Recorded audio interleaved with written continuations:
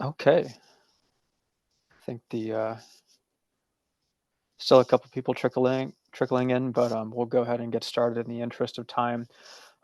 Thank you all so much for joining us tonight. Welcome to the second installment of ABC's 2024 Councillor Town Hall. I am Dan Phillips, one of the three co-chairs of A Better Cambridge, and tonight we are joined by three ABC endorsed councillors. We are fortunate to have Vice Mayor Marc McGovern, Councillor Sumbul Siddiqui, and Councillor Jivan Sobrinho-Wheeler, who will all share their thoughts on housing and their goals for how we can make the housing crisis a little bit better in Cambridge. Housing remains the most important issue facing Cambridge, so I'll get right into that. We'll start off with a quick introduction of A Better Cambridge for anyone who's new. Then we'll ask each counselor to introduce themselves and talk about why housing is important to them, and maybe describe a couple of housing issues that they've worked on in their past. And after that, we'll get on to the fun part, which is the questions. So to make sure we have time for that, I'd ask each counselor to keep your remarks to less than 10 minutes, and then we'll move on from there. Um, with that, I will go ahead and introduce Better Cambridge very briefly. We were founded a little bit over a decade ago, and we believe, as the name suggests, that a better Cambridge is possible, especially by making housing more affordable for the city. So we advocate for pro-housing policies, mostly at the city level and sometimes at the state level. And we're very happy that six of our endorsed candidates were elected to the city council at the election last November, and very excited to have three of them join us tonight. Moving on to a little bit of what the housing crisis looks like in Cambridge. We have a couple of stats for you, although I think everybody knows what this feels like. Over the past 40 years, Cambridge has created an impressive 45,000 jobs, but built only around 12,500 or 12,600 homes to support those jobs. The result of that is a housing crisis. There are over 22,000 people on the wait list for affordable housing. At least one third of residents are rent burdened. That doesn't include people who have already left Cambridge because they got priced out. And just for a couple of stats, median three bedroom went for over $3,000 a month, and the median condo selling for around 825,000. There's a connection between housing and climate. Transportation is the largest single source of CO2 emissions in Massachusetts. One of the best things we can do is to build more housing in cities where people don't have to travel that far. To deal with this problem, you can see our kind of four main areas of priority at the right: supply, stability, subsidy, and sustainability. Those are kind of the through lines that guide all of the work that we do to push for a better housing future for Cambridge.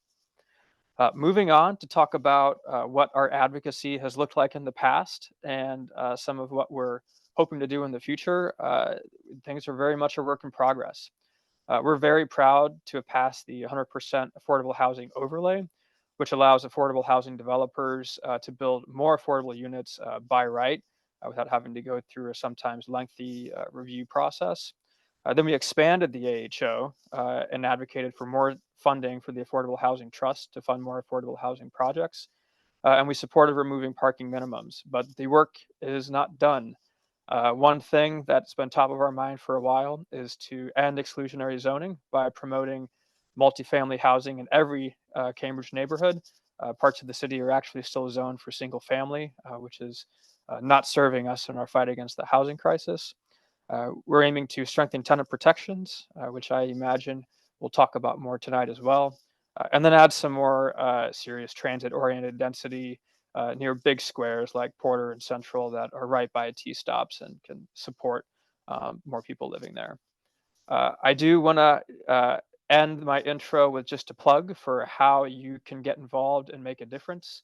I'm very excited to see you all here tonight. One of the most important things you can do is just to spread the word. There is a way out of the housing crisis. It does take political action. So telling everybody you know in your network that this matters and that we're doing this work is really important. And then if you can, vote. We have elections every 2 years, and you can see the results of that. We have three elected officials joining us tonight, so it's really critical. And outside of the election, if you take the time to publicly comment, either by emailing the city council or planning board, or possibly even signing up to testify over Zoom, it's not as scary as it sounds. It can make a really big difference in guiding the city council towards a more pro-housing stance. And then lastly, get involved in whatever capacity you can, whether that's just signing up for email alerts from us, and we'll keep you posted whenever there's something big going on, joining as a member, volunteering with the campaign, canvassing, whatever that looks like for you. This is really a grassroots movement where you really can make a difference. And whatever your capacity is, that's how we've been able to achieve the wins that we've seen over the past few years as individuals got involved and tried to make things better. So with that, we'll get on to the more interesting part. And I'll ask each of the counselors to introduce themselves. Keep in mind, try to keep it to under 10 minutes. And with that, I would like to start by asking Vice Mayor McGovern to introduce himself. So Mark, the floor is yours.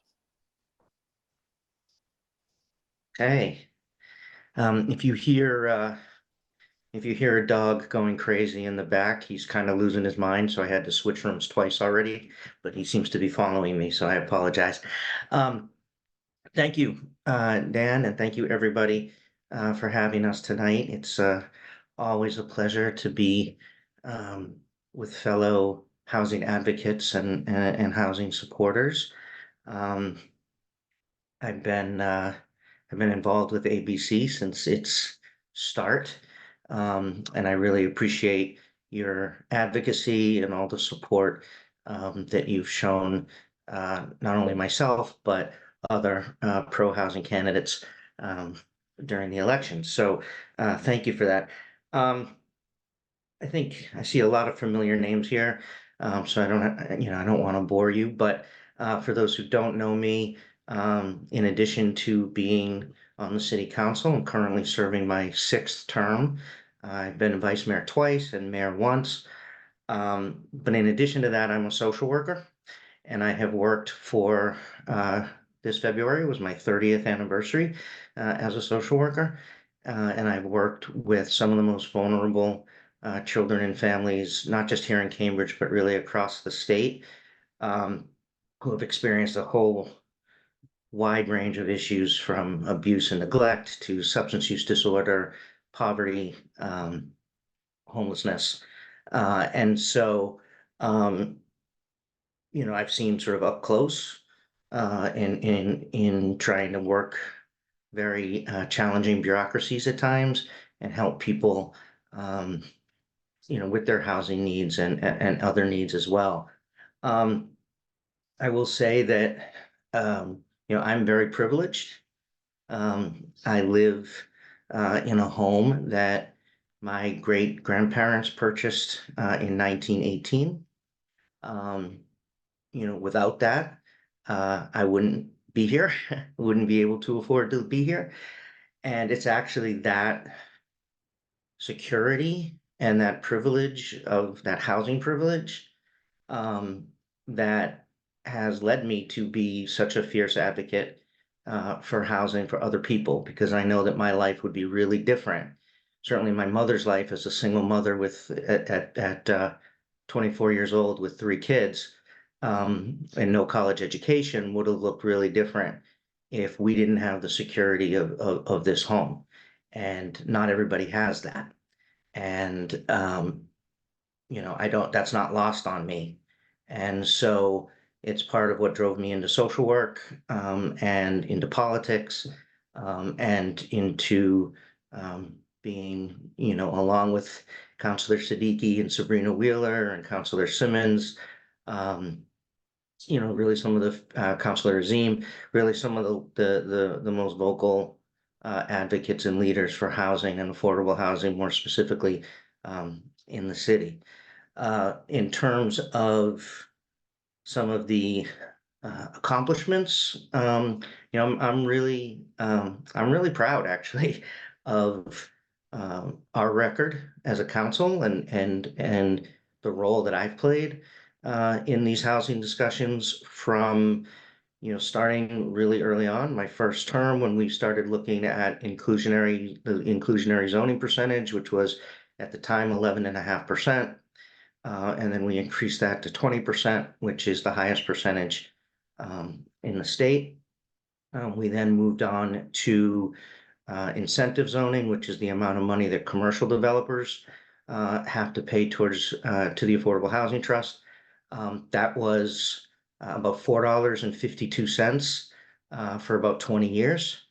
And I was co-chairing the housing committee with Councillor Simmons at the time, and we worked to raise that to $15 a square foot, and now it's at $33 a square foot. Again, the highest amount in the state. And that has generated millions of dollars and will continue to generate money that will go towards the preservation and creation of affordable housing.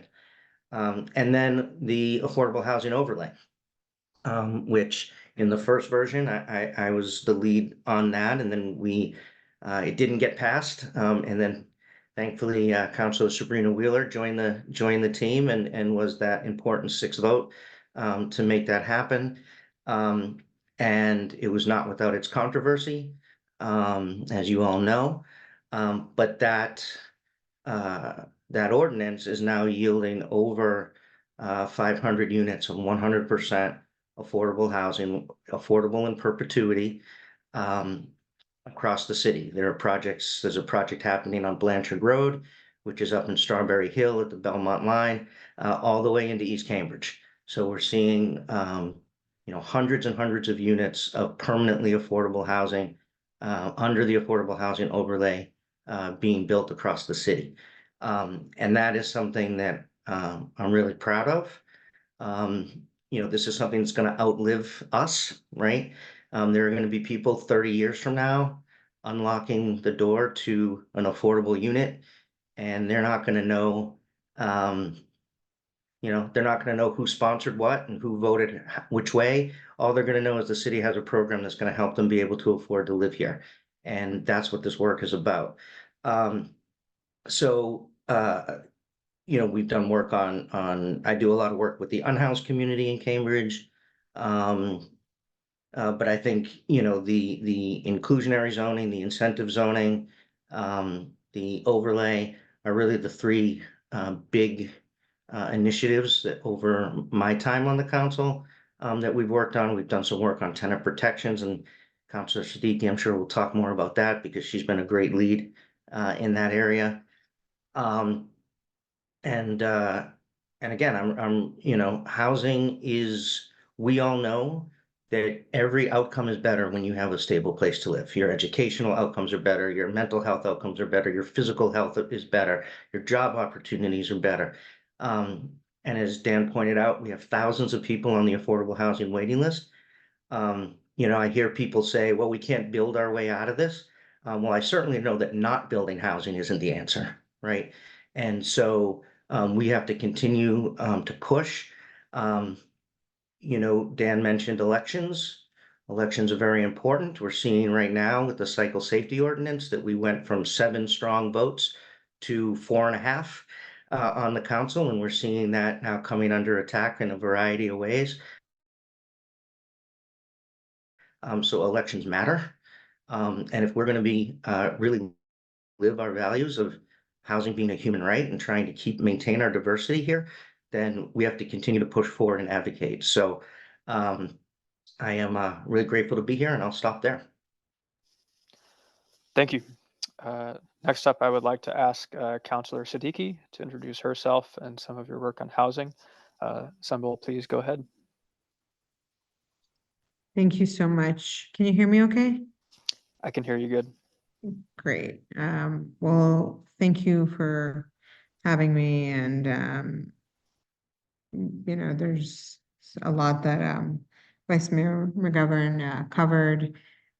So I'll, try to be additive to that. So a little bit about me. I grew up in Cambridge. I grew up in affordable housing in Cambridge. So I think that has provided me a unique lens. And I've been very familiar with kind of the community here because I used to be part of it. And I grew up in the Range Towers until I was in about 5th grade. The Range Towers being 364 Range Ave. And then we moved to Roosevelt Towers in kind of Wellington, Harrington, and East Cambridge. And my mom and dad still live at the mid-rise Roosevelt Tower. So I think for me, affordable housing and growing up in this community has really shaped my worldview and the work that I've been really passionate about. So my first term was 2018, 2019, and I was co-chair of the housing committee, and I really focused on kind of some key things. It was around tenant displacement. When this was when Vice Mayor McGovern was mayor, and he put together the Blue Ribbon Task Force on tenant displacement, which I chaired. And from there, we had a number of recommendations, including increasing services to legal aid. And so I think that has been really important to do. And we've steadily been increasing our legal aid services and funding to Cambridge and Somerville Legal Services, and as well as de novo in particular. And I can get into a little bit more on that. On my first term also, I worked towards issues around, I think, promoting home ownership, and that program, since then, we've steadily increased some funding towards that, and other areas were around collecting eviction data and kind of figuring out, who who in the city was leading our evictions and doing some work around that. So that was 2018, 2019. It seems a long time ago, because then it was my first term as mayor, and then my second term as mayor. So 4 years I served, and with that, we were able to do a lot towards key issues. Obviously, there was immediate issues around how to help people with rental assistance, and that's kind of continued. We also at that time worked on preserving affordable housing, and namely the Fresh Pond apartments. So I was very involved in preserving. It was about 505 units. A big way we keep affordable housing in the city is to preserve and keep affordable any expiring use properties. And so essentially in 21 and 2020, the affordability restrictions were lifting in 2020. And through a lot of work from the city and through allocations through the city council, we were able to preserve those units working with HUD, but it was a very complicated process. But that's something that the city needs to, keep doing. The other things that I think I've been very excited to continue to work on have also been around thinking about where we build, so specifically pushing for city-owned lots, and then also acquiring property, pushing the city to help our nonprofits. So through some advocacy around that, we said to the city, look, Leslie University is selling this or that, let's look into it. And because of that, we've helped some nonprofits in the community actually through the trust build affordable housing, or plan to build affordable housing in areas that don't have as much, like the Porter Square area. Another thing we did during COVID was we passed the Tenants' Rights and Resources Notification Act. And so that's been a good resource for the city. I think there has to be more around how we get more people to know about that. And what I'll do is I can put in the chat kind of a recent memo we got around what the city is doing around tenant protections, and they had a small recommendation to the ordinance, but they have found that this ordinance has, been an essential tool for their efforts to improve housing and eviction prevention literacy for our residents. And, I think there's always way more we can be doing, but I think it's great that we have that codified in an ordinance. Some of the other things that we've already pushed for this term have been around making sure there's adequate legal aid funding. Right now, our partners have said, they're satisfied. I think where they've pushed is because ARPA, the American Rescue Plan money, is ending. They are recommending an increase in the FY25 budget for more rental assistance dollars. And they're also, advocating for it to be more flexible. And that came directly from the policy order that Vice Mayor McGovern sponsored and Councillor Sobrinho-Wheeler sponsored. And so there's already some stuff that they're keeping that they're going to do to protect tenants. I think the reality is, because of state law, there's not much we can do because of the nature of it in Chapter 40, something called Chapter 40P. So we have to kind of really think about how we increase, have improved outreach and education, how we create more access to legal, advocacy.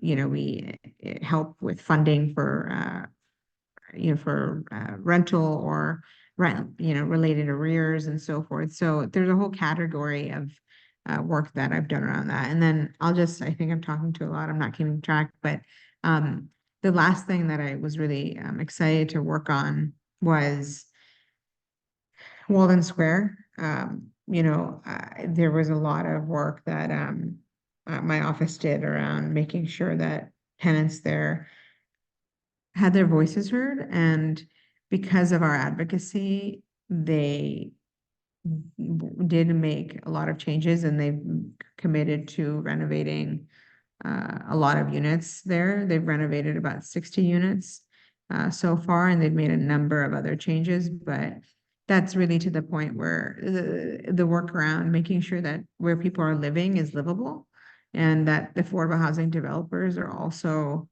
making sure that they're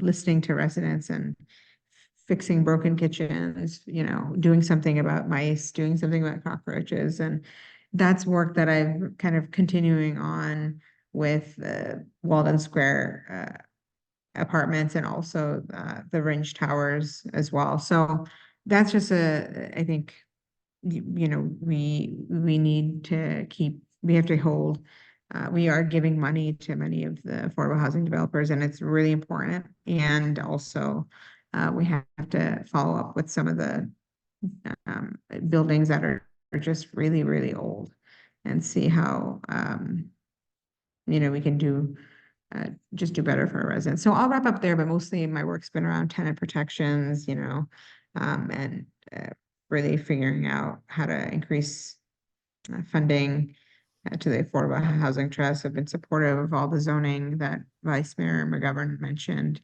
and I look forward to, as housing co-chair this term, doing more work around some of those areas. So thank you. And thank you very much for joining, Councillor Siddiqui.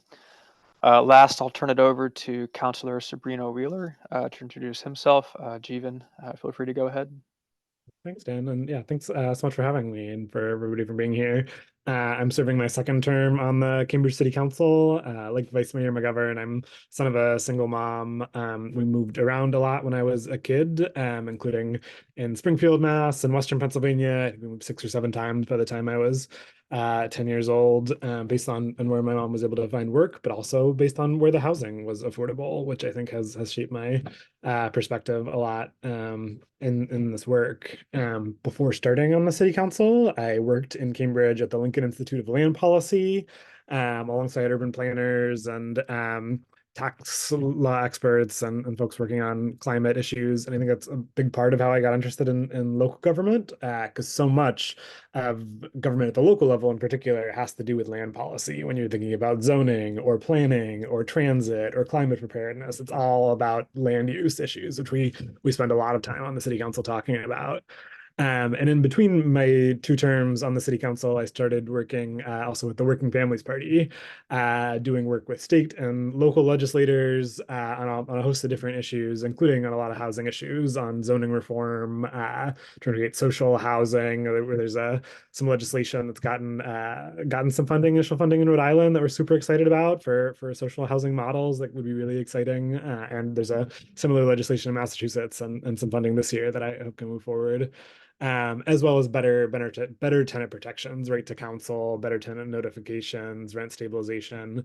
I'm a renter myself in Cambridgeport. I live in a triple decker with my partner and our cat, who's sitting on my lap now.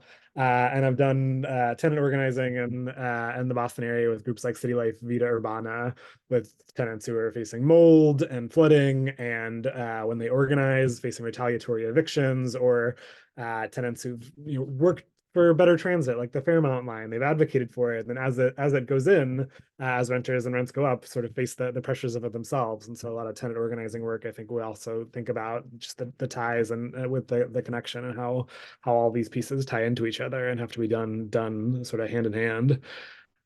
Issues on the city council I've worked on, as Vice Mayor McGovern mentioned, I was proud to co-sponsor the affordable housing overlay. Thanks for him for all his work on it and help get it across the finish line. I think it's really changed the conversation around affordable housing development in Cambridge, not just in terms of allowing more affordable housing, but in looking what that process looks like. Affordable housing still goes through design review. We think our affordable housing buildings in Cambridge are still some of the best looking buildings in the city. I live just around the corner from the LBJ building, but because we have the affordable housing overlay now, and because affordable housing is by right, one person can't just file a lawsuit and hold up the whole affordable housing project, jeopardize the funding, because all affordable housing funding is sort of time limited. We've changed the process around it. We changed the conversation around affordable housing by allowing it, by putting out standards for it, by allowing affordable housing throughout the city with the AHO. Also worked in my first term to think about how we do appointments to city bodies like the Planning Board and the Board of Zoning Appeals, that had a huge amount of power over housing decisions, but that sometimes don't get as much attention as the city council or other bodies. In my first term, there was a proposal for a building that would have had 100 affordable homes in Porter Square, blocks from the T, that was essentially blocked by the Board of Zoning Appeals in the city. At that time, the Board of Zoning Appeals was appointed solely by the city manager. City council didn't have to do approval of appointments, and all of the members were volunteer. That was also true for the planning board. And all of that shaped who was coming onto the planning board.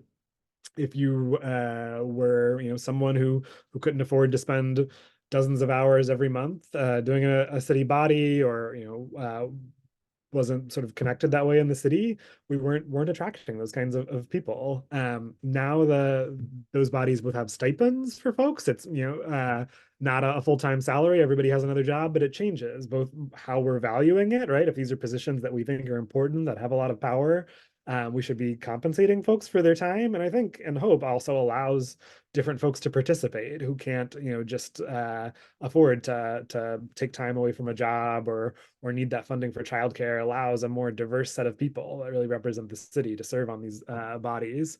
And now that the council has approval, it sort of changes the conversation around the appointments. I think there was some folks were not in favor of the amendments that I had pushed for, and others had pushed for to require appointment. They said it would make it all political, and every appointment the council would make into a big political process. That hasn't happened. I don't think we've had to reject any appointments yet, but I think it does change the conversation when the city manager and others know that these have to be approved by the council, and the council has certain goals, and if we feel these bodies aren't going in the right direction, we have another check and balance.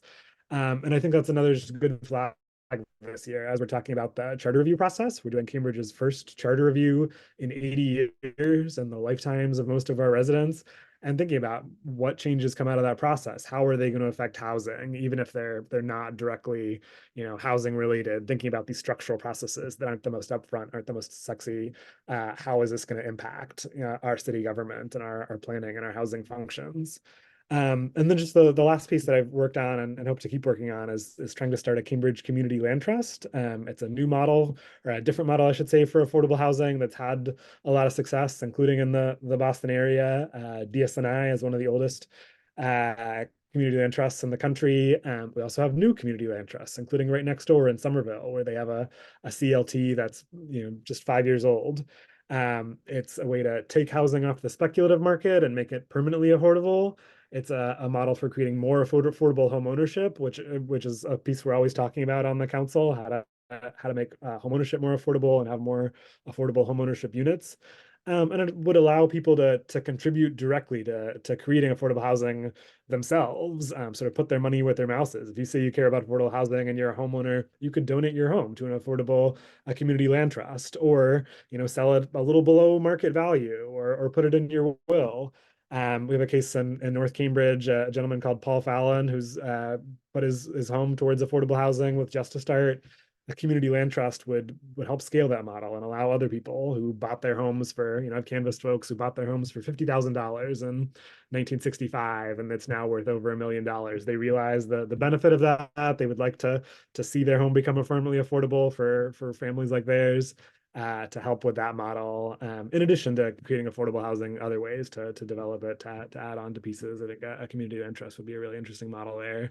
There's now some folks working on it, and hopeful that we can get that off the ground. So those are a few different pieces I've worked on and hope to keep working on. Thank you. I really appreciate all of your comments. Councillor Siddiqui, you mentioned being additive, and I really can tell from listening to your all's background that you all are tackling some of the different pieces, and we appreciate your perspective on all of this. We'll move on to the questions now. So I'll start off with one question, kind of a general question for me. Then we have some questions that have already been submitted in advance. And I was planning on announcing this, but I think some people already realized you can type questions into the chat. So as we're listening to the first couple of questions, feel free to add anything that you would like asked. We may not be able to ask everything, so I may try to batch or bundle some of the questions. But if you would like to do that now, feel free to go ahead. I'll address the questions to all three of you. You don't all three have to answer every question if you feel like it's been covered. And then if you don't, I'll try to direct the next question to whoever didn't answer the previous one. So with that, to get us started, I have a question on why. Why are we here with the housing crisis? We didn't always have a housing crisis, but now it feels like it's become an acute nationwide problem. Yet even then, there's some areas in the country that have a worse housing crisis than others. So in your view, what went wrong? I'll take a stab, I guess. And I think some of it has to do with, what you showed in one of your earlier slides, is that we have a lot of people are moving, not just to Cambridge, but to the metro area, and housing production hasn't kept up. We have a funny, like, our sense of distance in Massachusetts is really strange. Like, if I said to one of you, hey, there's a great restaurant in Framingham, let's go have dinner, you would think I was out of my mind, right? To go 20 minutes to Framingham. In most other parts of the country, a 25-minute drive is, that's like going to the supermarket, right? And so we have these little fiefdoms that don't work well together. We don't have a county system of government other than, to run the prisons. And so our regional planning is not great, right? And so we're all struggling with similar things. We're all struggling with housing. We're all struggling with the opioid crisis. We're struggling with homelessness, with infrastructure, with climate, and yet transportation. And yet we don't do a great job of working together. So you have all these little towns that said, oh, we're going to let the other guy do it, right? And so, I think you had a lot of people moving to Boston. The job market, has boomed. And yet zoning hasn't kept up and production hasn't kept up. And so I think that is significant. You have, a lot of people who who are willing to spend a whole lot of money to live, in Cambridge and in Boston. Um, and, we just don't have enough housing for everybody. Yeah, and I'll just add that, I think, as much as this word is like, oh, what does it really mean? Like, it's really, it is a regional approach too. And like, look at what's happening in Milton, and like, there's this, and even, a lot of, there's places around the state, there's just so many places who are like don't want any more density, right? And so if it's just us, it's, everything, there's a lot of pressure in this region, Boston, Somerville, Cambridge, Malden, but like the burbs, Weston. I mean, some of it is also like, I think we're involved in like a weird case right now where the Weston folks, they want to build housing there, and because of our water source, we're in some weird litigation with kind of preventing. I mean, I don't know the ins and outs, but I think again, the developer has kind of been like, why is Cambridge opposing this? And I think all of us wouldn't oppose it. I think we also don't have some control over some of that. I think this is an environmental issue. I don't know the ins and outs, but I think we have a lot of barriers like zoning, just like, really people who are on planning boards and zoning boards across the state that hold a lot of power. So we're also up against that. I would agree with all of that from Councillor Siddiqui and for Vice Mayor McGovern. I think maybe to start from a meta perspective, I think it's how we got here is a large part, how we think about housing. I just think, in the US, we've gotten to a point where we think of the right to a public education as a fundamental right that everyone has the right to, no matter your income or your background. We've been it that way for maybe 100 years. I think we're starting to get to that point with healthcare and thinking about things like Medicare for all, and a thing that lots of other countries have. We're still a ways from getting there with housing, of a perspective that everyone has a right to, that it's this, our job as the government and our collective right to make sure everyone has housing. But to answer that, I think we have to get there. But at this point now, we have still thinking of housing as this individual piece that you can have or not have, the way you have a car. And I think our policies for a long time have promoted that. I always think of how strange it is that in Massachusetts, it's especially so, what municipalities can and can't regulate. In Cambridge, we couldn't set our own minimum wage. There's a lot of worker protections that I would like to be able to do that we're not able to do. But if we wanted to ban every new apartment in the city tomorrow, we could do that on the council. They somehow were allowed to do that. It would take 6 votes instead of 5 now because of the MBTA Communities Act, but the state government has said, every city and town in the city, you guys can figure out your independent housing policy.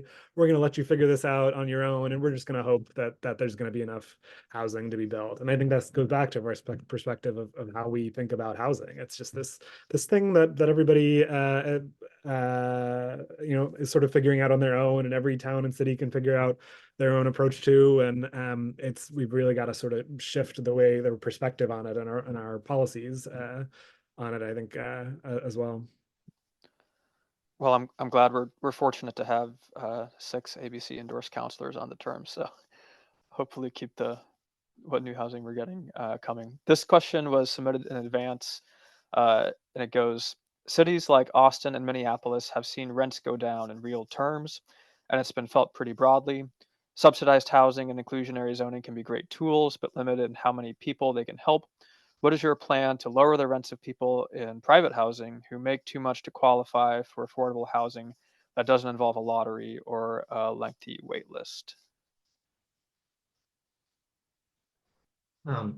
I think we've all voted for the home rule petition uh, to have the rent stabilization conversation in Cambridge.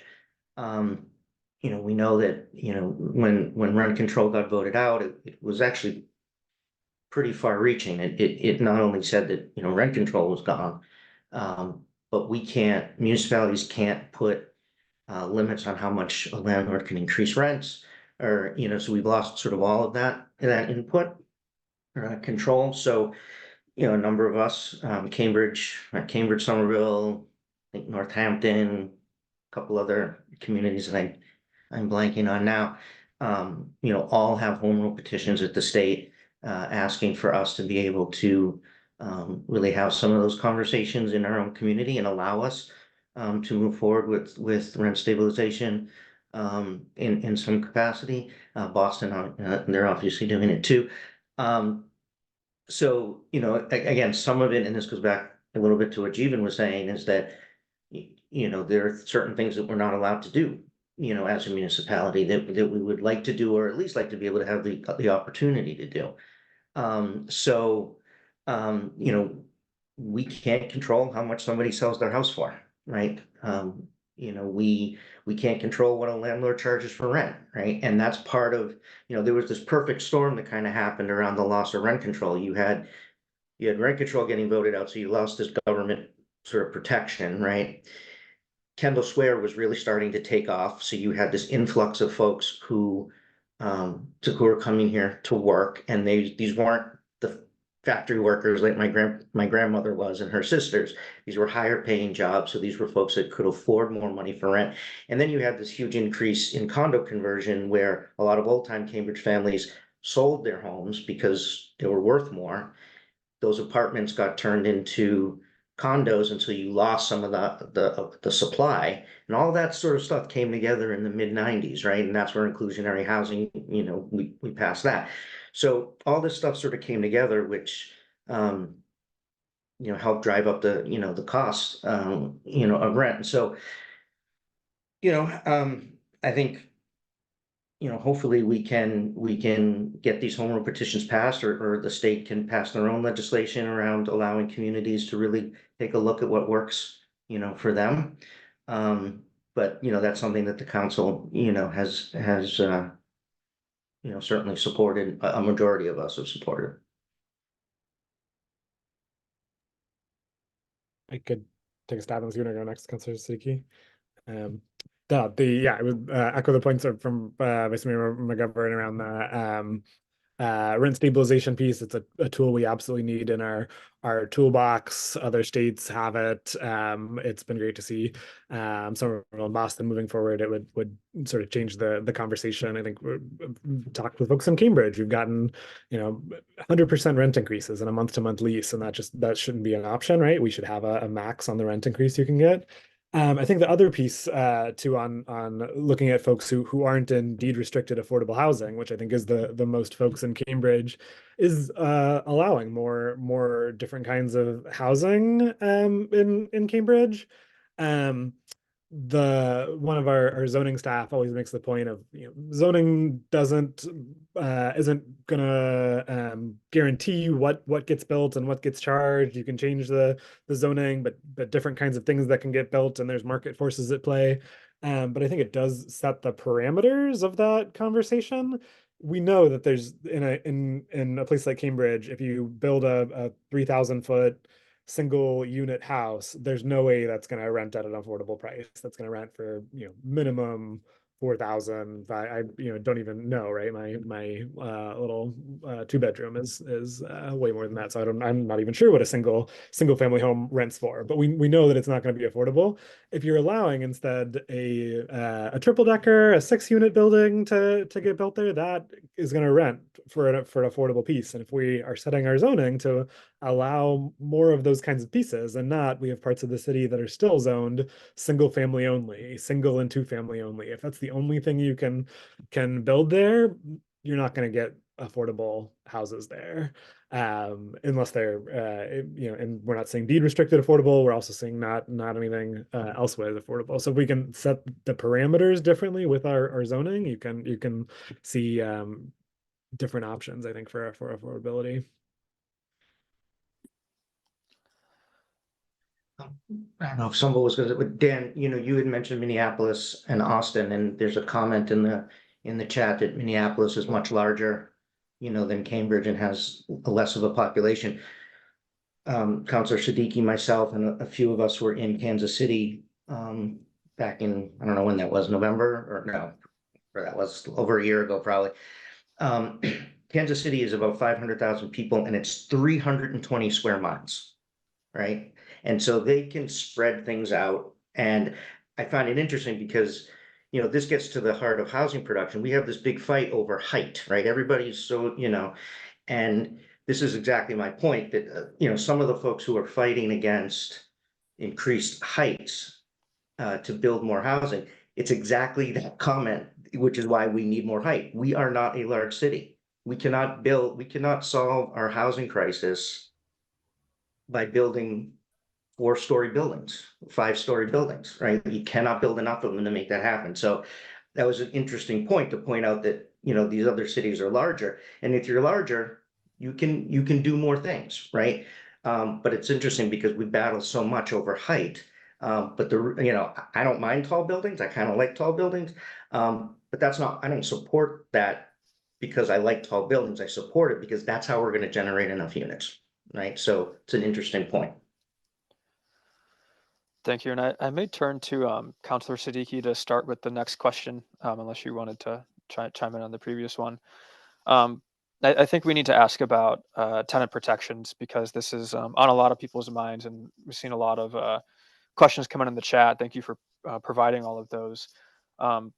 This feels like a tough question because we can't do the big thing, which would be rent stabilization without state approval.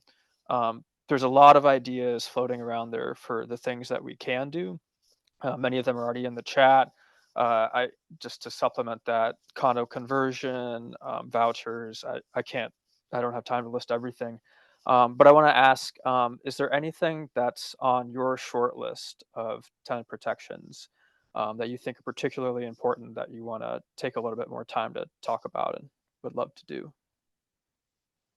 Yeah, well, I think this term already, we sponsored this order to say, look, what are we doing as a city to protect tenants? Like, let's list it out. And, I think the city has been with its multi-service center, and then in addition to the housing liaison, office, that they are really, and I think we can follow up with them to ask about the data and, how many people are served and what kind of referrals they're making. But, their goal is to kind of really resolve issues prior to kind of a summary process complaint being served, because once that happens, then, that's a court record, and they are doing a lot to prevent a court record. And I think a follow-up with them is just to see how many what clients have they been able to serve, and kind of what are some of their goals there. So I do think I think a goal that they have is to continue to kind of figure out how to enhance the city's capacity to do that, and also work with, our nonprofits who do this work. I think other than that, the condo conversion piece, I mean, I think, Councillors Sobrinho-Wheeler and I've been talking about it.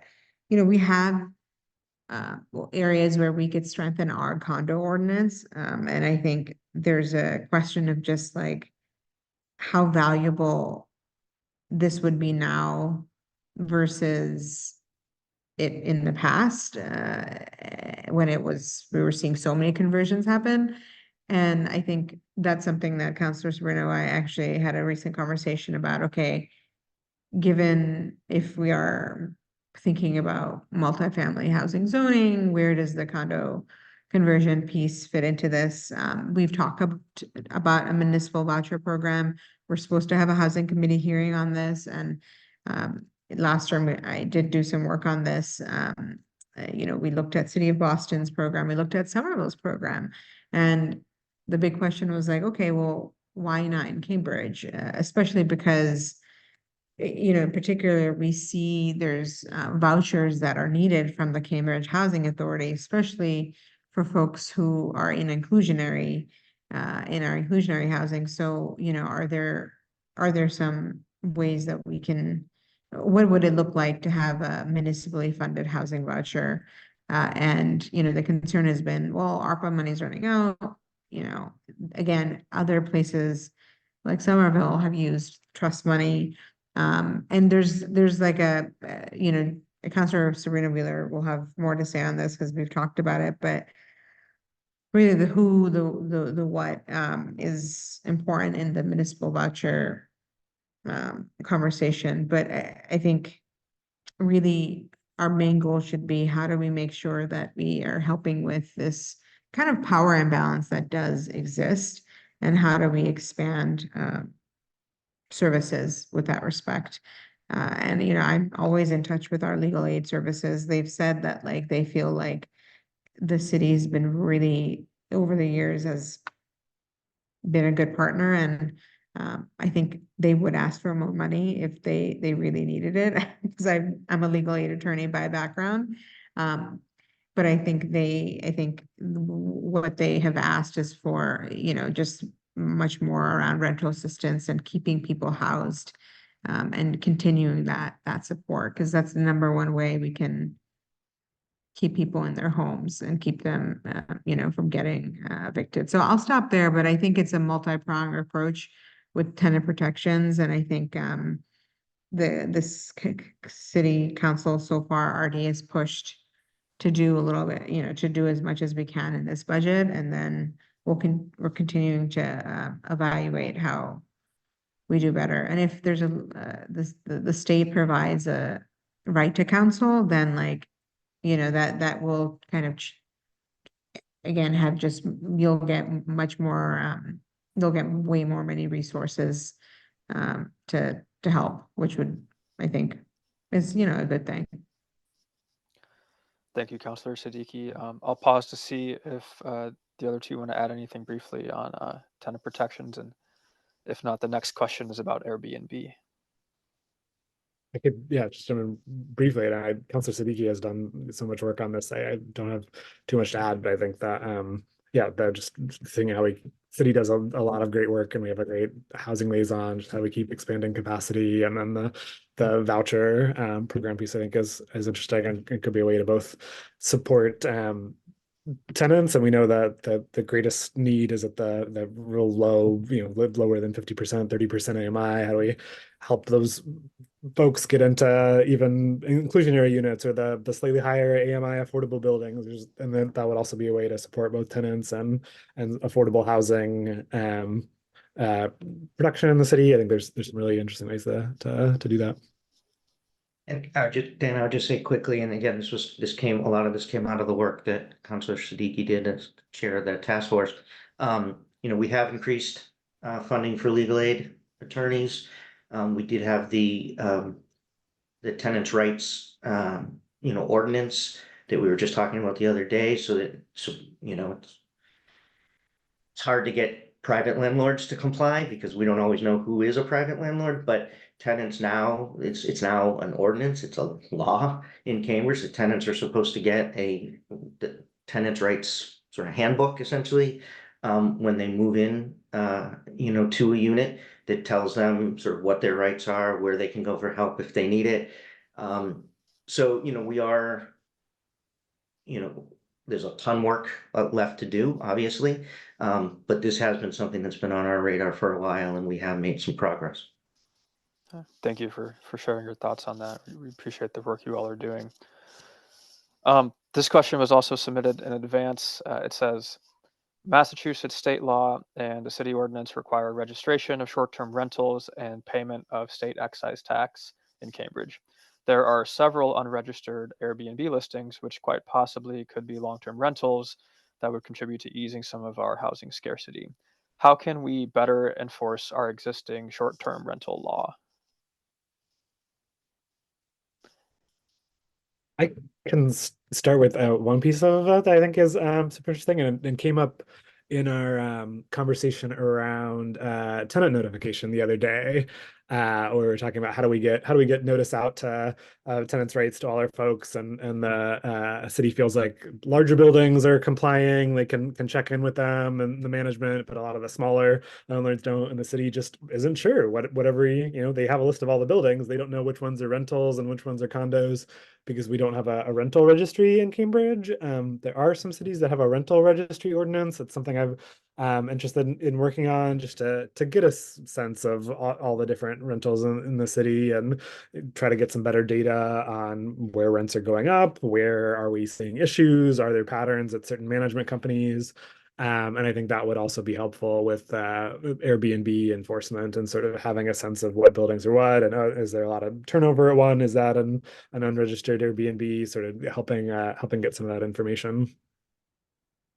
And we knew when we passed the short-term rental ordinance, I mean, this was one of the issues that, how do we enforce it? And, inspectional services is, we not large enough, they really have, they really have their hands full on a lot of things. And so we knew that this was going to be a complaint-driven kind of enforcement, right? So certainly if folks know that anyone who's violating the ordinance, let us know, call inspectional services. But they're not out there, checking every unit. And so we knew that this was going to be an issue, and we were going to have to be really diligent about it. Thank you. Keeping an eye on time, I don't want to keep everybody too late. I think we have time for one final question, which is also submitted in advance, and I think a truly evergreen question. It's about voter turnout. With only 34% of registered Cambridge residents voting in the last municipal election, what can our councillors do to encourage greater voting participation? And if you know the answer, if you have this solved, please let me know, because I would like to know for myself too. I mean, When you guys want to go first? I think there's been some interesting recommendations that were discussed around the election years being, the same as a presidential, those kind of things. I mean, I would love for that to happen, but it's a long shot because it will require state support, but that would be a really good way. It would really like make more people vote. Other than that, I mean, I think I think it's going to be, partnering with organizations to, do greater voter kind of education and outreach on the off calendar years, and during the actual election years. I think partnering with our schools, I think we could do a better job with doing more in the schools around voter education. I think students here do stuff around with school committees, mock elections. I think that could be increased. Yeah, I'll keep talking. I'll keep, Jivan and Mark, if you want to help me out. What else do we do? Yeah, I think, there's a lot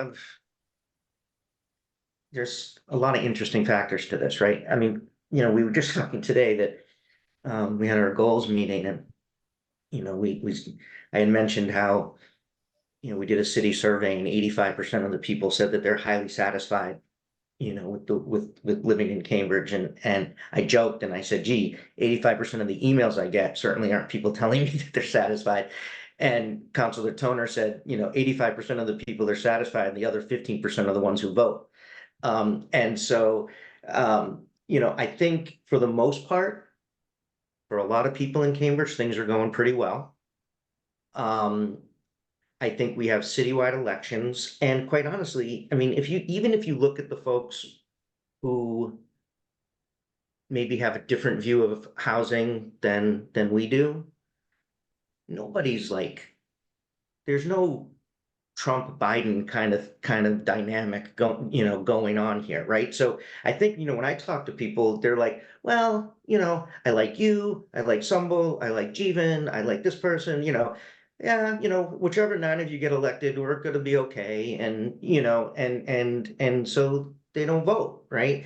And I think trying to educate people about how important municipal elections really are. It's not the sexiest election, right? It's not a presidential election. There's no commercials, and it's not as fiery and whatever. And I don't think people fully understand that the decisions that we make on the council have huge impact in their lives. And I don't know if we do a good enough job of explaining that to people. So they kind of just think like, my property values are going up, my taxes are low, my trash gets picked up on time. Whatever 9 of you get there, and they stay home.